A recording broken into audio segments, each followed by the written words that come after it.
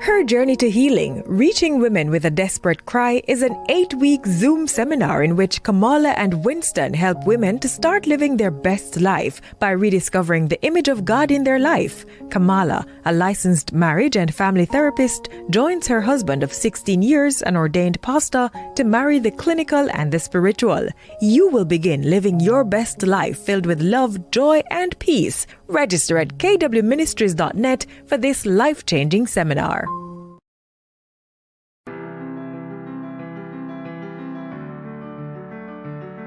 The thing about that too, the mistake that I make often is try to love Kamala the way I want to be loved. Now, you know that's not love. That's me doing something to get something. Let me say it again. When you try to love someone the way you receive love. So for example, if I hear some good news and I get excited, I get really, really excited. And so if somebody tells me good news, I'm gonna get excited. I'm gonna get excited with that. And then I get mad because they're not getting excited. Well, that's really selfish. That's not reaching the person where they need to be met, but rather reaching the person where I need to be met in hopes of getting something in return.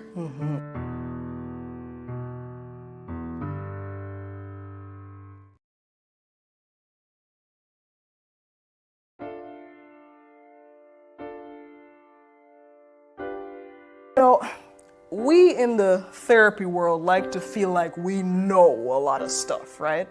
And so we talk about all kinds of different concepts, and we've done it all along the way. But nothing that we talk about is new as it relates to the Word of God. Here we are talking about how God is coming to get us, how we get to be now physically, not just mentally, a part of something. Yes, Lord.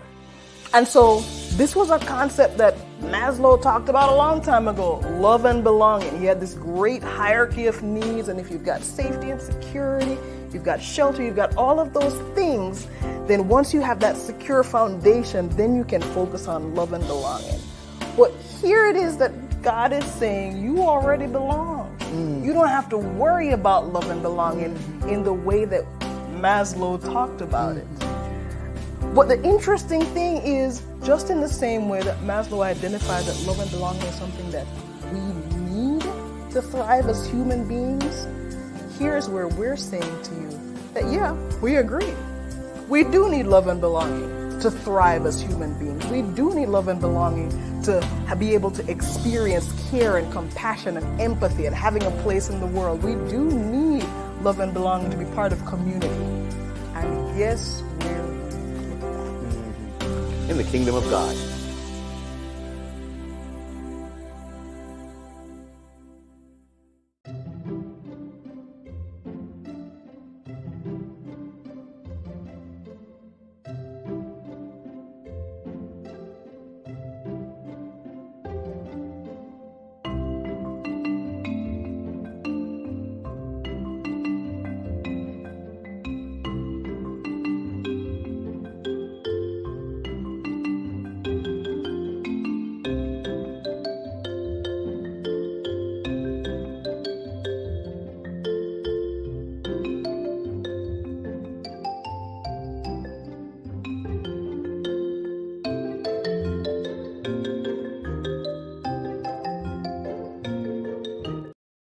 Come here, Job. Let me ask you a question. What did you go through, Job? Well, I lost my children. I lost my livestock.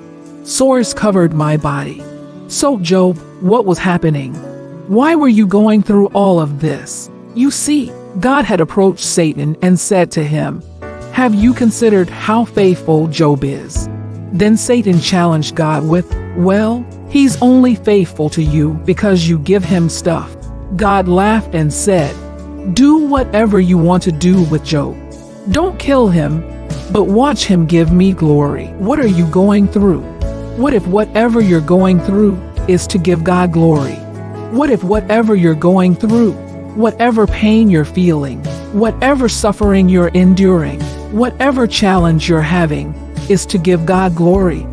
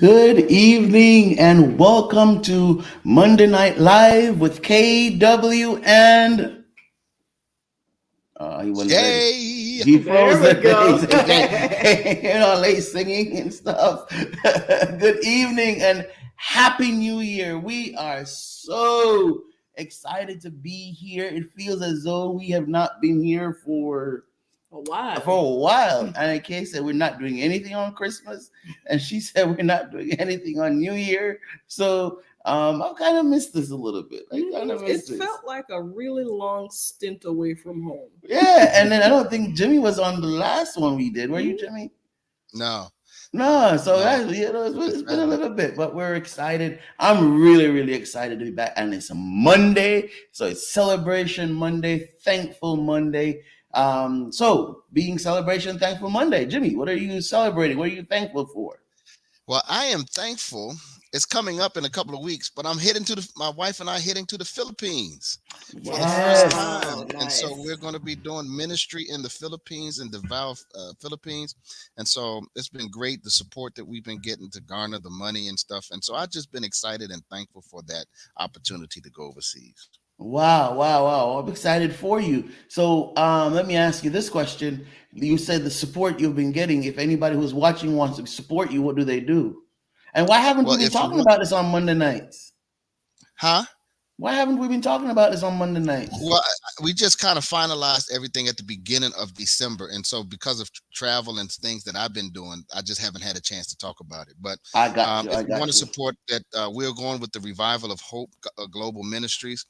If you would like to support, we are still trying to collect about our last $1,200 to get to the Philippines. If you'd like to do support, you can go to my Cash App, which is $Pastor Gibson, or to my wife's is $ capital M is Mrs. LD Gibby. M capital M R S then capital LD capital GIBBY. So I'm if you're able to do so, $1, $5, all of it adds up, and so we're just thankful for that opportunity to go. And when is your trip? We leave on the 24th of January, and I'll be preaching. I land on the morning of the 26th, and then I start preaching that night, and I'll be preaching all the way through the next week, and then we leave on the 4th of February. So could I make an executive decision if I don't? Because I remember asking Annika who's next week, and I don't remember her answering me. So could we do Jimmy next week, and we just do a raise money all night thingy for his thing? That would be cool. How does that sound, Jimmy? You want to do Well, that? praise the Lord. That sounds like a blessing to me, Doc. Okay, all right, all right. Well, let's see if we can work some miracles for $1,200 For sure. next week. All right. What are you celebrating, Kamala? Well, today I had a pretty incredible opportunity. I got to Let me bust her bubble. She was on TV. She was on TV. Anna K, cue it up and show it. Man, can't even celebrate by myself. I knew you were gonna say that, and I was just waiting to do that to you too.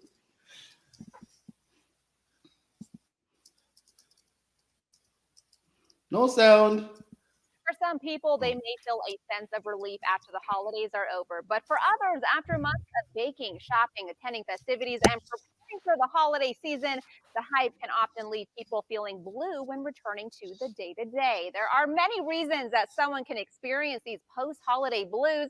So let's go ahead and talk about some of them. Kamala Glenn Taylor, Director of Social Services from Brentwood Hospital, is here to explain further. Well, thank you so much for being here today. Go ahead and talk to me about some of the things that can contribute to those post-holiday feelings.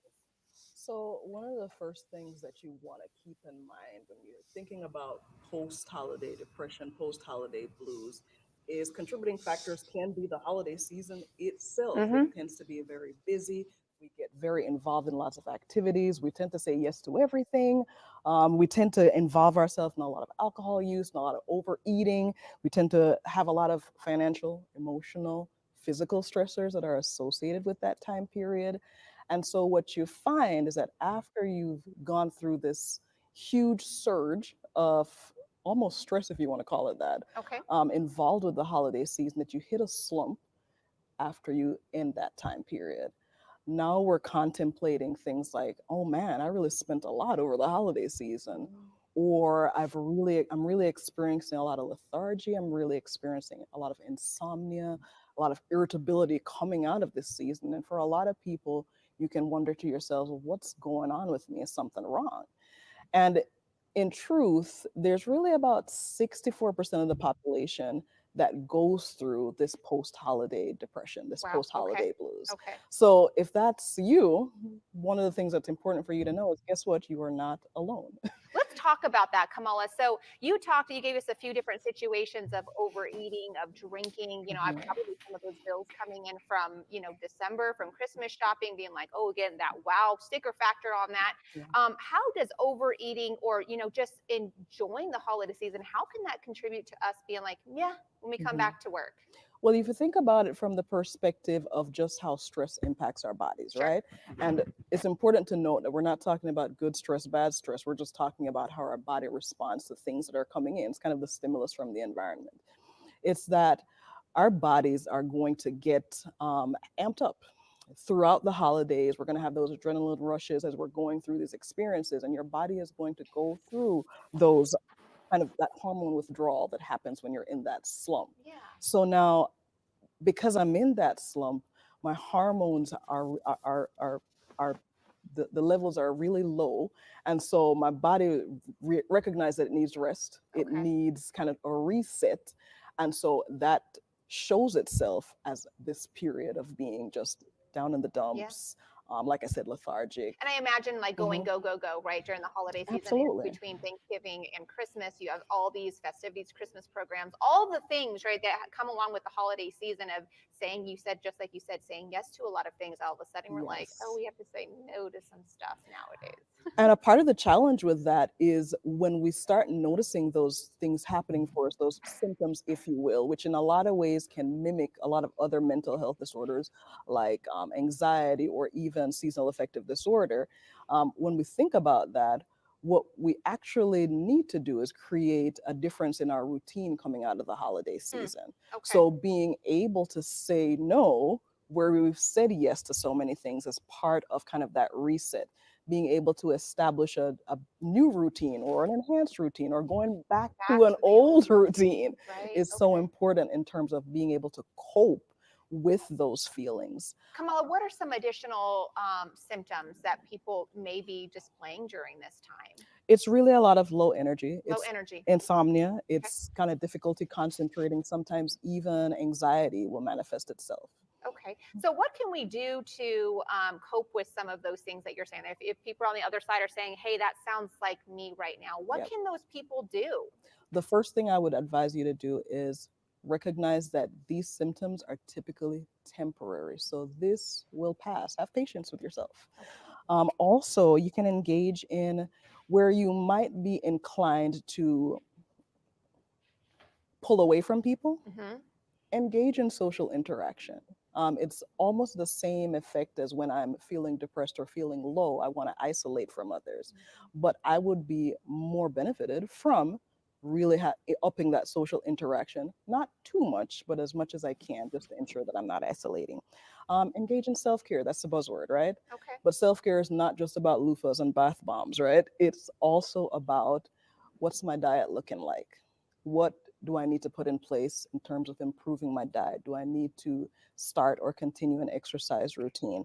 Do I need to look at my sleep patterns and what things I need to put in place? And that's to a really big thing enhance there, that? right, Kamala, with the Absolutely. sleep patterns, because those get, shuffled around. People stay up later. Kids are on spring or Christmas break, and so everyone's schedule kind of shifts a little bit. Absolutely. Well, Kamala, we're wrapping up now. We're actually out of time, but what should people do if they find out that things aren't improving? How long is that time lapsing for somebody to say, hey, I need to seek professional help? So if you notice that your symptoms are increasing in severity to the point where it's interfering with your day-to-day functioning, then at that time you should probably seek a mental health professional. Thank you. Well, Kamala, thank you for being here today, for coming down from Brentwood Hospital and talking to us about post-holiday stress, what we can do, the signs about it. But I love that you said this too shall pass as well for some of us who are struggling right now of, the holiday season and all the Christmas lights and festivities and cookies, especially being taken away, all of a sudden feeling us kind of sad. So thank you so much, Kamala, for being here You're today. so welcome. All right. So that's what you did today. That's what you did today. I would just like to point out that I was a celebrity before that on Monday Night Live. Yeah,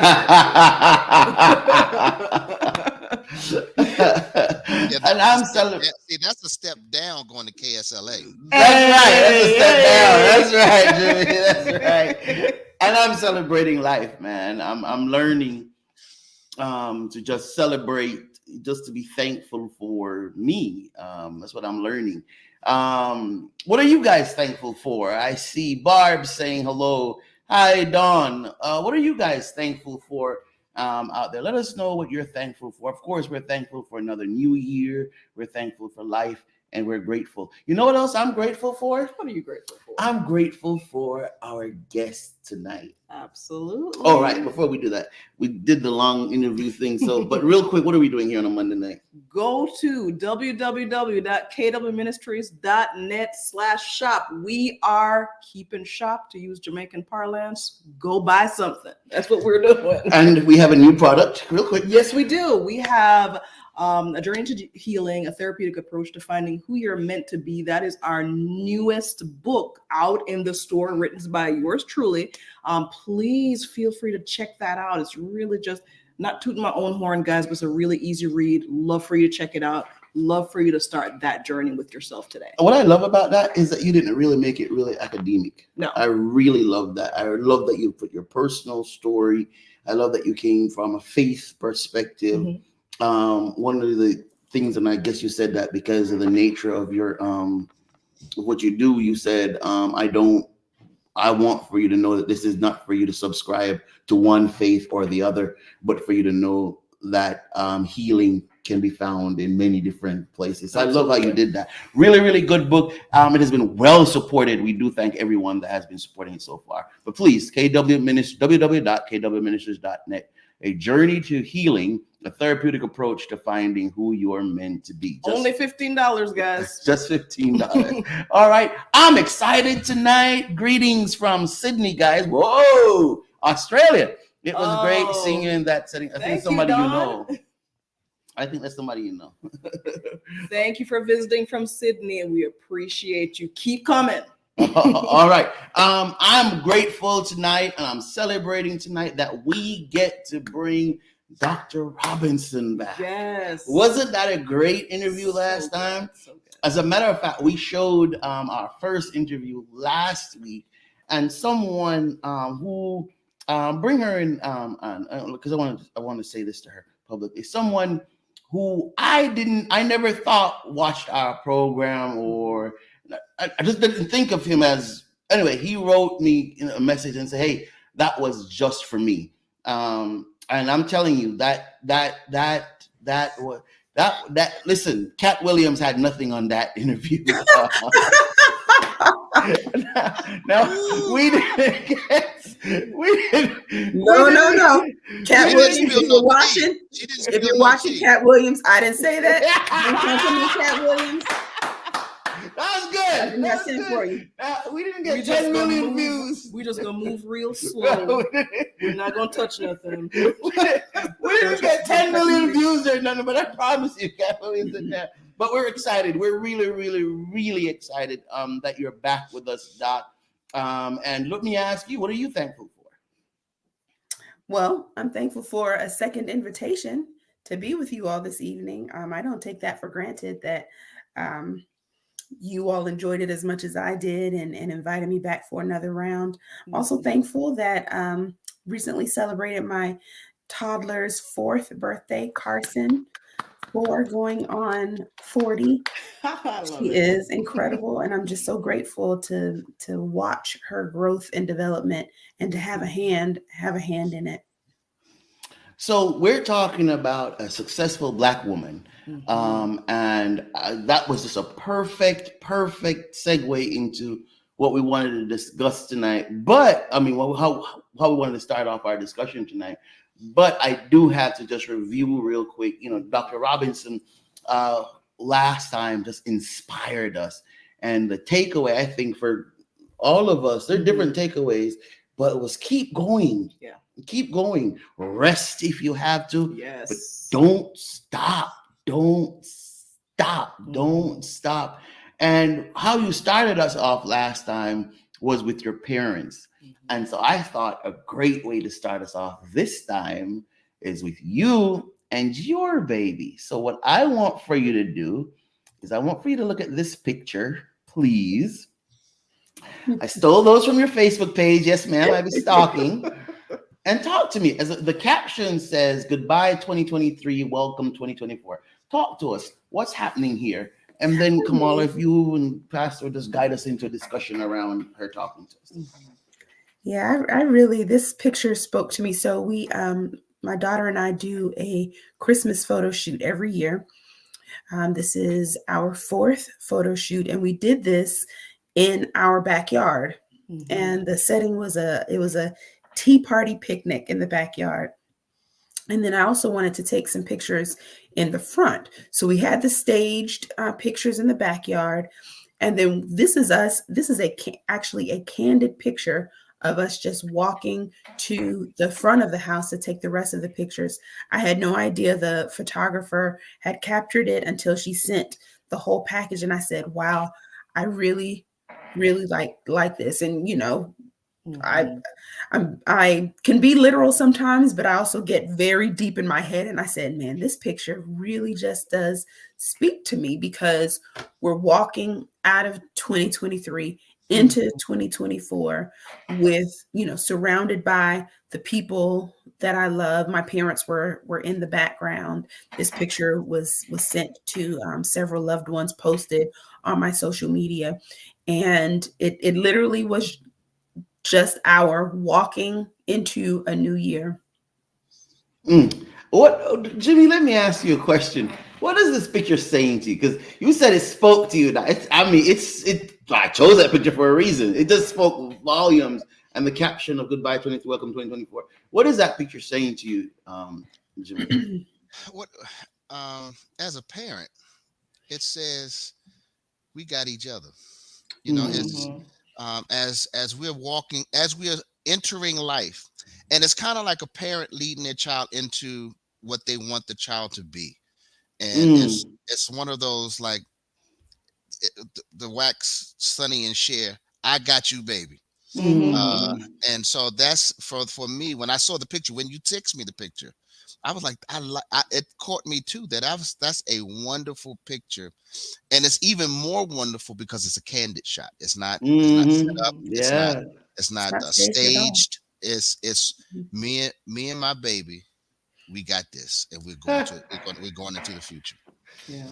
But come on, I want to ask you something. And I know you have your own questions for that, but just real quick, I want to ask you. Tell me what does it say to you, and not only what does it say to you. I want to ask you from a mental health approach. What will this picture say to that little girl 20 years from now? Oh, I have always had the love of family is the first thing that comes to mind for me. Yes. You know, I heard Dr. Robinson speaking a while ago and just talking about the ritual of doing this every year. And that struck me as I was looking at the picture, because it told me that this little girl, Carson, right? Is going to look back at these years, and not only will she have photos that tell her a story, she'll also have the emotional impact of what was happening in those photos reinforced over and over and over and over and over in her life, which is phenomenal to me. You can't unfeel that. You can't unknow that. It will always be a part of her. You know, just coming out the gate. Okay. Listen. I knew. Listen. I chose violence tonight. I just wanted to be clear. Can we go to commercial? I chose violence tonight. You want to take a break for real, Doc? You good? I'm good. I wasn't even watching her. This girl's looking at you. Go ahead, Jimmy. So Winston, so Dr. Robinson, even with this, I'm a grandparent now. Yeah. And so as Kamala was just talking about this annual photo shoot. So then as Carson grows up, and as each year she anticipates Yes. shoot every year, that as I look back at my own daughters, they call me with some of the things that I did with them at the same ages that my grandchildren are now. Mhm. So then, as they're flipping through the pictures and the wonderful wonders things of the cloud, you can have these pictures forever. Forever. Yes. A water would never take care of these. Mhm. And so, as they're flipping through their drives, they can begin to the grandkids will say, "Oh, I didn't know Grandma did that with you. Oh, I didn't know Pawpaw did that."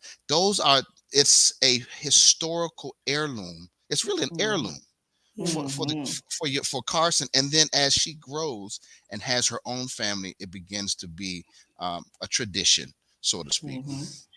I have more pictures. You want to ask Doc any questions about this one? Let's go further for now. I'm having a thought that's brewing, but I don't want to do it just yet. Okay. Doc, I wanted to ask you about this picture, and Jimmy, I thought you were going to ask it because you brushed it. Tell me the spiritual messages that you got looking at that, Dr. Robinson. Everything is spiritual, right? Right. Everything can be tied to the walk. Carson is 3 in this picture. She was about a month away from turning 4. And it sort of touches on what Pastor Gibson was saying. You see that I'm holding her hand. Yes. And what you don't see in this picture was she had right before we started the photo shoot, Carson had a meltdown. She was tired. She was cranky. She wanted to eat the cookies that I had staged for the tea party. She wanted to just eat them all like up. a 3-year-old. Like a normal 3-year-old. Right. And we were, I was able to comfort her, calm her down. Yes, and Lord. as we were walking to the front, she's just like, okay, I don't know where we're going. I don't know how long this photo shoot is going to last. I know I need a nap, but my mother wants to go to the front. I'm just going to go hold her hand and I'm going to walk with her. She trusted me to know that I was going to take care of her and that what we were planning was something good. I think I'm enjoying this too much. I need to calm down because other people are watching this. I need to calm down. Okay, I'm enjoying it too. Okay. I self-regulated. I self-checked. All right, let's go to the next one. That's good. That's good.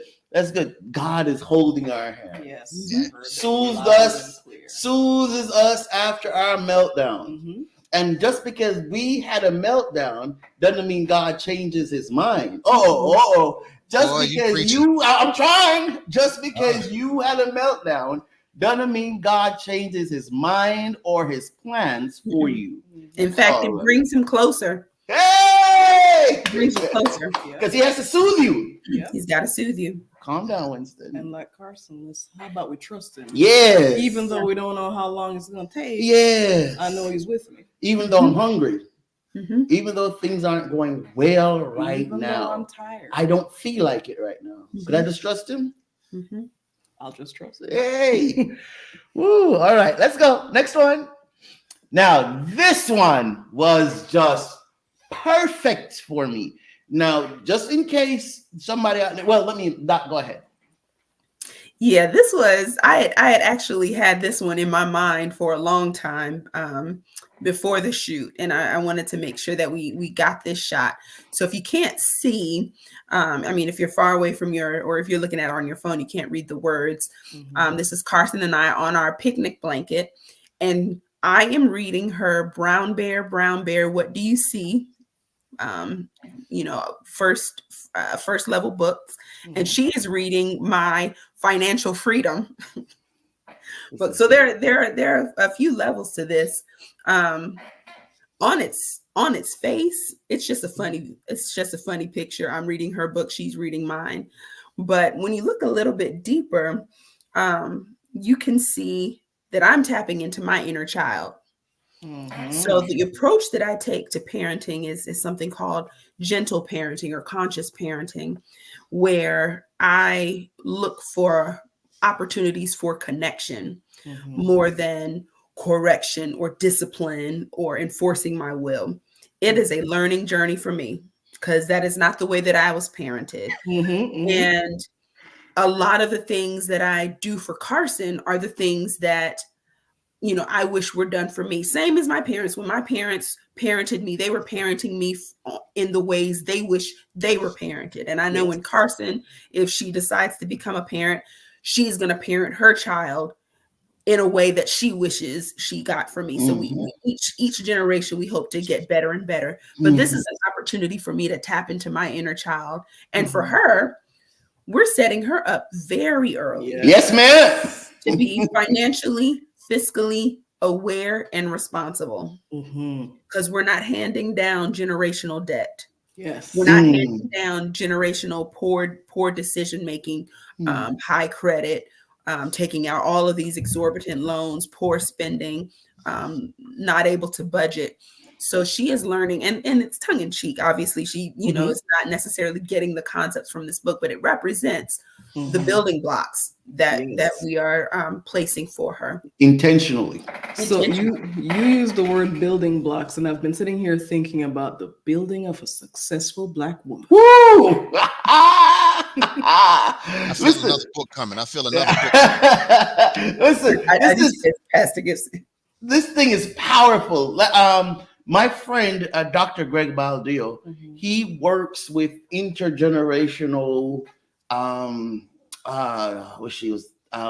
intergenerational healing. That's not his language, but how to get the different groups to get along. And with the different age groups to get along. And when I saw this picture, that's immediately what jumped out at me. Let me go into her world. Yeah. Let me invite her into mine. Yeah. Huh? Yeah. Let me go into her world. Let me show her that I hear her. Let me show her that I feel what she's feeling. I see what she's seeing by going into her world. And you use the word gentle. Let me gently invite her into mine. Understanding she's not going to understand those concepts right now. Understanding she's not going to, but if I can teach her and I can grow her, that by the time she is 16, this stuff is. and you know, it's almost a parallel process. The last time you were here, Dr. Robinson, you talked about the importance of the people in your lives and the influence that they had, and how they reinforced, how they gently encouraged, how they supported. And if we have it instilled in us from an early age to understand that there is a collaboration happening, even though we are not necessarily in the same discipline, same field, same age range, we can learn from each other, then that becomes an expectation as opposed to something that you have to pursue. I think it's good. Well, you know, and from the visual of the picture, it's a freeing picture. Yes. In the sense that it's outside. I'm not hiding from the fact that I need to tap into my inner child. And I'm not hiding the fact that my child needs to know what's going to be facing her down the road. And so the outside freedom of it allows you to take off the cover and say, hey, it's Winston is bridging generational gaps. It's the bridging of the generational gaps. And so the financial freedom piece for me, my sister does community development in Atlanta. We don't have those financial conversations around dinner tables outside and picnics like this, and outside in areas and spaces that we have to have those conversations about being spiritually and financially free.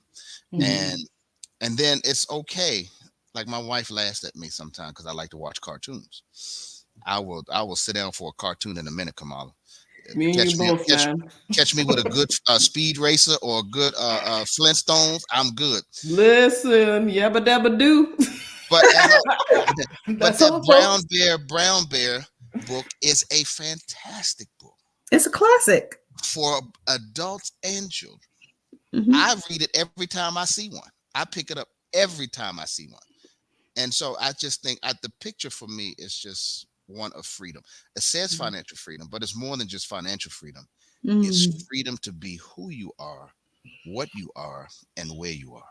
This is powerful stuff, y'all. Listen, go ahead. I'm sorry. I have a question for you, Dr. Robinson. What would you say is most valuable about being able to have conversations about financial freedom from early on in the building of a successful life?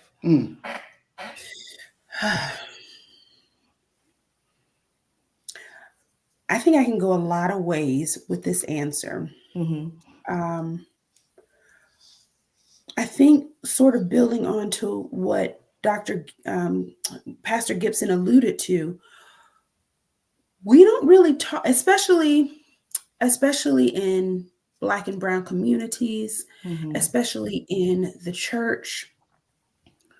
We have not historically given good foundational knowledge about finances, personal finances, how to balance a budget, how to live within your means, how to build wealth. And it's, I'm halfway between the Generation X and millennial. I call myself an Xennial. My parents were from the baby boomer generation. So what were they doing? They were, working to put us through school. So, we grew up solidly middle class. And, my parents would give us an allowance. We opened up accounts.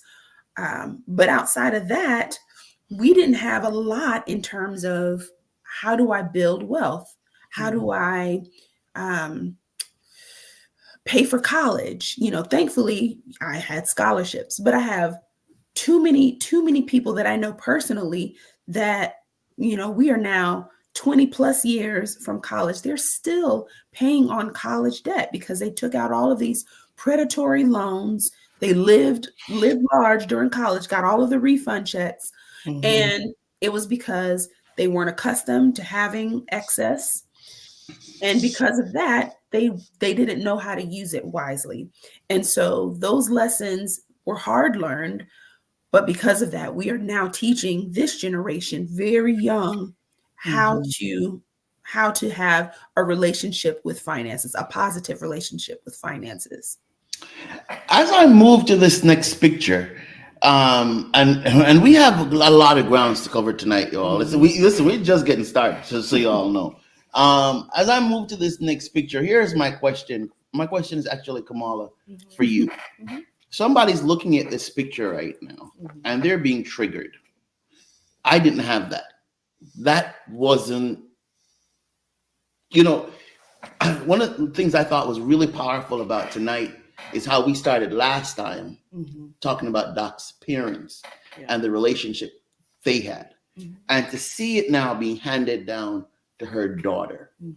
But as I was listening to Doc, I was just imagining the person out there that's watching, whether it's an older person in their 70s, or whether it's a single mother who got pregnant in high school and that cycle continued, and so they have that cycle, or whoever it is, they're out there is like, I don't have that, and this is a really triggering, sad moment for them. Could you say something to them before I ask Doc what's happening in this picture here? How I hear that when you say is, I don't have that, I hear it as I didn't have that, past tense. And so I didn't have that past tense doesn't limit us from having it in the present. Ooh. Maybe hold on. Hashtag, I didn't have that does not limit us. And I can't figure out how to put that properly. I didn't have that does not limit us from having that now. Right. Make that nice. So one of the things that we connect ourselves with is, if I have family, and if I had family experiences, or if I lacked family experiences, I can never get family experiences. But family is not just family that I had, family is also family that I create. So maybe I'm an adult that didn't have.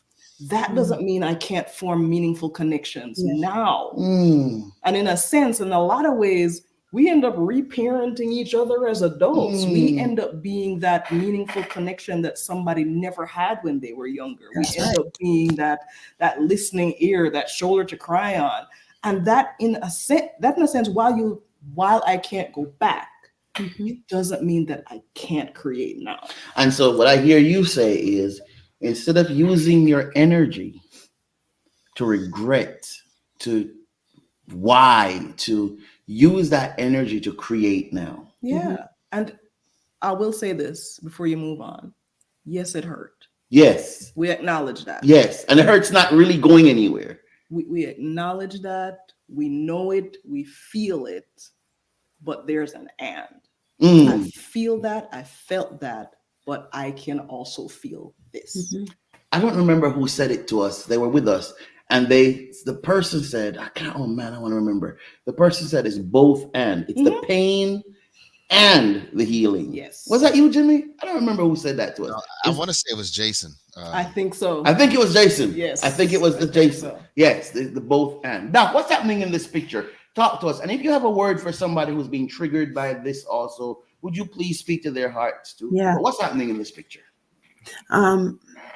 So this was the whole point of this year's photo shoot. I wanted it to be a tea party. That china in there, that in the picture that you see is real Noritake fine china that stays. Most of the time it stays in the china cabinet. But what's the use of having china if you don't use it? So let's have. And you chose to use it outside with a toddler, the 3-year-old. You go ahead, girl. Let me tell you something. You sure you shouldn't be a preacher? We are creating core memories around here. Core memories. So if something chips, okay, it can be replaced. Yes. But the memory lasts forever. Yes. So we're having a tea party, and the smile that you see on Carson's face, that's the whole point of this. That wasn't staged. You couldn't stage that for not $1 at all. million. We didn't say smile. We didn't say cheese. Nothing. That's real tea in the cups. It's vanilla wafers on the server. And she has her pretend tea party sets that we play all the time. It's water in there. She's always pouring tea. This time I served her, and we just wanted to be out. It was a beautiful, crisp fall day. We wanted to be out in our backyard, having a beautiful tea party in our fancy matching dresses. We are creating a core memory. Some people did not have this experience. I understand that. What you were saying, Sister Kamala, what you were saying is absolutely correct. Some people didn't have it, and new memories don't replace the negative ones or the absence of old ones, but there's always room for new memories to be made. Always. I believe that there's always opportunity for reconciliation, even if that reconciliation is just with yourself. Ooh. We can't control. Hold on, pause. Hashtag. Always an opportunity. There's always an opportunity for reconciliation, even if that's just within yourself. Yeah. That's powerful. Don't run away and just leave that. What does that mean? Even if it's just within yourself. Yeah. Relationships are complicated. Relationships with our family, with our friends, classmates, romantic partners. We can only control ourselves and whether harm was done to us or we were the ones that caused harm. We cannot control that other person's response or reaction to it. If we're the ones that are in the wrong, we can always seek forgiveness. It doesn't mean that we'll be granted it. If we're the ones who are owed an apology, we may never get that apology. But that doesn't mean that within ourselves, we cannot find the peace that we deserve. We can't find people. Ideally, we do get that apology, or ideally, we do have the temerity to extend and reconcile and ask for forgiveness. Sometimes that doesn't happen. Sometimes they don't accept our apology. Sometimes we don't receive that apology. There has to be a way to move forward. There has to be a way to move forward within yourself. Yeah. Now, did you just say we deserve peace? We deserve peace. Didn't I say that the last Yes. Yes, you did. Oh man, this is good stuff. We deserve peace. We deserve rest. We deserve leisure and play and relaxation. Yes. Self-care. Because it's self-care. Yeah. We work hard. We're productive citizens. We're parents. We are keeping a home. We are serving our community. We also deserve to be served. Deserve that. It's about, we talked about finances. So it's a simple, it's your checking account. You deposit and you withdraw. You can't just keep withdrawing, because what'll happen? Your checks will bounce. You'll go into the Tell me red, about it. get charged insufficient funds fee. You can only withdraw from an account from which you've already been putting deposits. So these are the deposits. That's what you see in this picture. These are deposits. Yeah.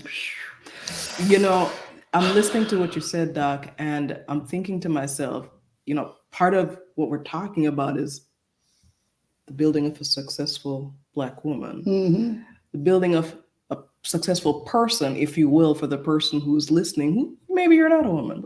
This applies to you too. But there are so many things involved with success that we can't limit ourselves to one definition, right? Success is not just, well, I made it in my career. Right. Success is also what's happening in the periphery of my life that's contributing towards a life of success. Right. Yeah. That's good. That's good. Dawn says something, Jimmy, before you chip in. Let me see what Dawn says over here. Dawn says, let's also normalize the fact that how we create memories with our children and families will be different to how Dr. Robinson is doing so with her household, and that's okay. It's not about copying others. Let's focus on doing something of value. She's really enjoying this conversation. Awesome. Yeah, I think that is so powerful. Thank you so much, Dawn, for saying that. Absolutely. You do not have to recreate a perfect fall day, picnic blanket, China tea party in the backyard. No, it could be simply you guys are going out and getting a milkshake at McDonald's or sharing an ice cream cone, and you're sitting in McDonald's together, or you have taken a drive to the lake and you're feeding the ducks, or you're snuggled under a blanket watching a movie together, or just looking at the rain. These core memories, there's no one equation. There's no one equation, and this is the one way you can have a core memory. It's about spending intentional time without the distraction. All right, so Jim, you were about to say something, right, Jimmy? I was just going to say it's the principle. It's not necessarily what's done; it's the principle of what's being done. Yes, and the principle is to have something that's long lasting, and that can be used later for encouragement. Yeah. Very good. And that's what gives you peace, that you have something in your reservoir. I think you were saying that, Dr. Robinson, that you have something in your account that you're able to withdraw from when you have those dry moments in your life. Yeah. Very good. I love this. I really hope this is doing for you what it's doing for me. So we're gonna switch gears. And I think your question. No, don't switch gears. No. we are. The question, though, is, Dr. Robinson, I don't even wait till the end to ask you, is will you come back? Because I know we're not going to get through where we're going. I don't know if we're going to move on from the first slide. So, these pictures that you posted daily, I'm assuming that was in celebration of Kwanzaa. Is that correct? Some of them were concurrent. A lot of these pictures preceded. So Kwanzaa is from the December 26th through January 1st. And some of the pictures did precede it, but there were a couple of pictures. I believe the one that I posted on Nia, which is Carson's birthday, December 30th. That's the fifth day of Kwanzaa. And you passed it. Yeah. And the picture that I posted so our family grew up celebrating Kwanzaa. Kwanzaa is a man-made celebration. It was started in 1966 by Dr. Karenga, who was a professor of Africana Studies. And it pulls 7 tenets together that look at principles surrounding the issues and topics of communities born of the African diaspora. Essentially, there's 7 principles. Nia is the 5th principle, and it's the principle for December the 30th to make our collective vocation the building and developing of our community in order to restore our people to their traditional greatness. That is called the Nguzo Saba, or the principle. And the image that you see there is the hieroglyph Nefer, which is the ancient Egyptian symbol of beauty and good. And I think I did have a picture that I posted simultaneously or concurrently to this. But each of the 7 principles represent an aspect of our community that we should be focused on. So you've got Umoja, which is day 1, which is unity. And that is pretty much the overarching principle. Second day is Kujichakulia, which happens to be my favorite principle. It talks about self-determination and naming yourself. All right, hold on, Doc. Let's go through them one at a time. Let's go through them. Okay, do we have time for that, Doc? That's what I'm saying. I'm saying you have to come back. That's what I told you. We have to come back.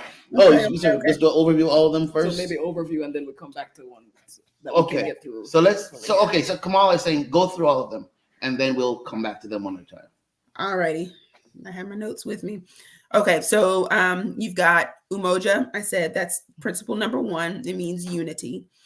Unity in our communities and our families.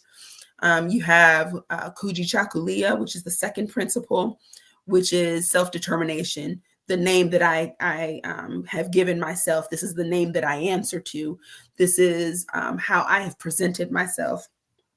Then you've got Ujima, which is collective work and responsibility. It looks at the things in the community that we need to be working together to put through. Then you've got Ujama, which is cooperative economics. So really putting our dollars into Black-owned businesses, keeping that money circulating within the community. So we got Umoja, Kujichakulia, Ujima, Ujama. Then we have Nia, which is the 5th principle. I talked about that. That's purpose. What is the why behind why we're doing this?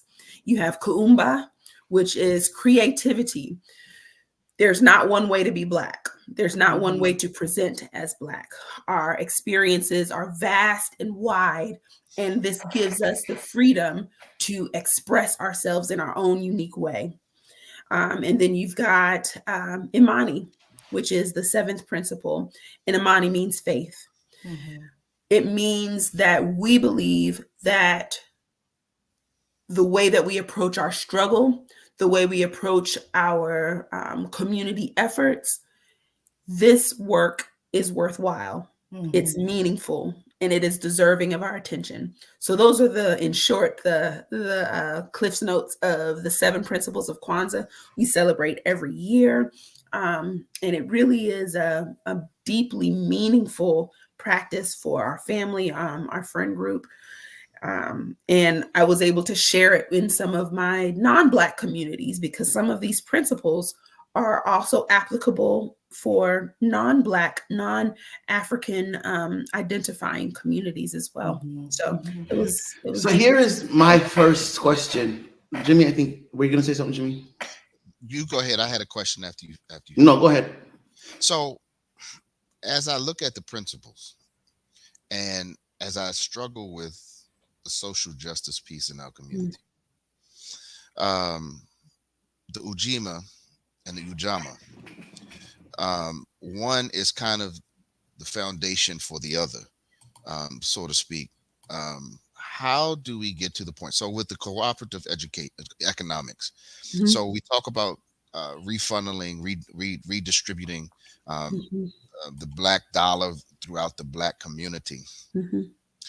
How do we teach the principle that, one, to garner support, you have to be support worthy?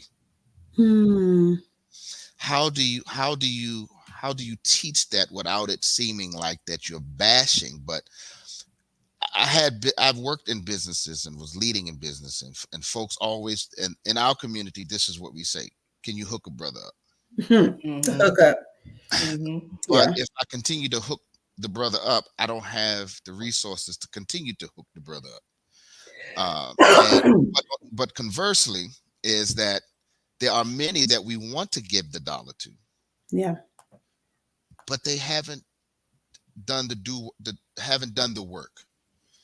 How do we educate in that aspect for that? I want to read something because you can't really see the picture here is very pixelated, but I want to read what the actual the full meaning of Ujamaa or cooperative economics. It means to build and maintain our own stores, shops, and other businesses, and to profit from them together. So the first part is not even speaking to going out and buying from our Black businesses. The first part is building and maintaining our stores and shops. So it first speaks to the responsibility of that small business owner to do their due diligence. The onus is on that small business owner to have respectable practices, to have strong customer service ethics, to have a business that they would be proud to have someone support, to buy from. They're putting forward their best product. And then on the flip side of that is to profit from them together. So it further goes and it says that it's essentially a commitment to the practice of shared social wealth and the work that is necessary to achieve it. It suggests the sharing of work and wealth in the manner of a family and in a community. It is the fundamental concept that social wealth belongs to the masses of the people who created it, and no one should have such an unequal amount of wealth that it gives him or her the capacity to impose unequal, exploitive, or oppressive relations on others. So we've got, it absolutely does build on Ujima, the principal prior, which is which is shared work and responsibility. It means that as a business owner, I'm going to give you my best product. And as a consumer, I'm not going to take advantage of you. I'm not going to ask for a discount. If you want to give me a discount, that's just gravy. But I'm not going to go in expecting a handout. I know what you're worth. You're charging your worth. I respect that worth, and I'm going to pay you what you're worth. Shared responsibility for yeah. collective growth. Thank you. Pastor Gibson and I pastor in Shreveport, and I don't know if you've ever been here before. But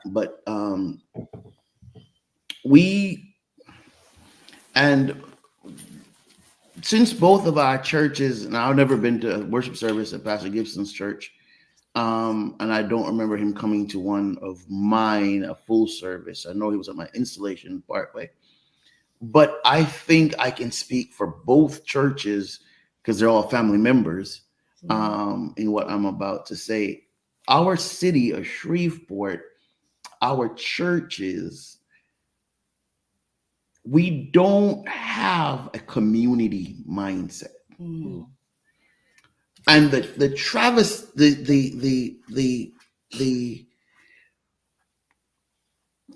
worst part of that is we live in a city that's majority Black. That our government, our city government, we have a white mayor, but only because Black people placed him there. We have a Black chief of police. Our sheriff was just elected Black. They stole it from him. And they're going to have a re-election, and I'm pretty sure he's going to win because they just touched the ant nest. And Black people, we don't do it systematically, but to make that big show, we're going to come out and vote. So he's going to win handedly. But our city does not have the idea, our churches don't have the idea of community. Mm. And as I listen, and this is this, and Pastor Gibson asked this question, and I asked it on, on a level of hook a brother up, but I think it goes way deeper than that. It's not just hook a brother up, Dr. Robinson. It's not just give me. It's, I don't have anything to give. I will never have anything to give. I'm not good enough to have something to give. Mhm. How do we begin to change that mindset in our people? It's not give me. It's not. It's I don't have what I have, you don't want. Mm. And I will never have anything that you want. So you're always the big man. I'm always going to look like I'm trying to get over. That's my survival skill. That's how I cope. Yeah. How do we effectively begin to change that mindset? And somebody might be wondering, how the heck do you tie that first segment into this? It is tied exactly into this. How do we begin to change that mindset in our community, in our churches, to say, you do have something to give? Everybody has something to give. It may not be a monetary, or it may not be a craft. It may not, be some amazing musical talent, but everybody has something that they can share with the community. And there should be something in that community that can be given to everyone. Everyone should have the ability to receive something from that community. And in this example, you're talking about the church, and there have been a lot of changes in the church over the years, over the decades.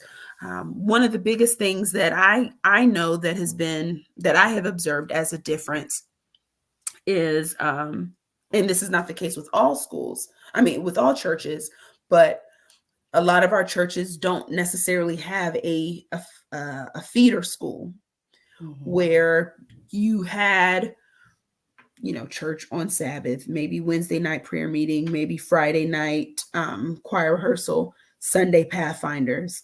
But that daily, I was at church just about every day, because I went to the church school. I went to the constituent church school, and so there was always something that was going on.